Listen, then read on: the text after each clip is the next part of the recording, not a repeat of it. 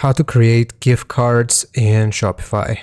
So here from the left hand side, I will simply click on products, and from this drop down menu we have to select the last option, which is gift cards.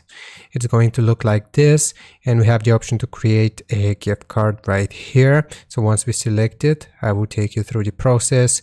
So we have to set the gift card code as well as the value of the gift card. So for example, we can do, if we pretend these are dollars, we can do 20 for example. And we also can set an expiration date for when it expires. If we click on this calendar here, we can choose the year, month, day. And also we can add any notes or send it to a specific customer here.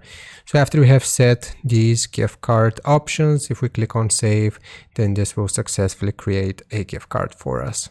I hope this helps. Leave a like and sub, and I'll see you next time.